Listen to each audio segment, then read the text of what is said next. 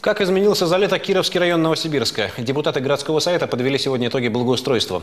Во время объезда представители депутатского корпуса оценили качество работы при строительстве крытого катка на улице Вертковская, внешний облик аллеи Молодежная, а также комплексное благоустройство дворов на улицах Мира и Палласа. Результатом остались довольны. Особая гордость для депутатов Кировского района – взаимоотношения с подрядчиками.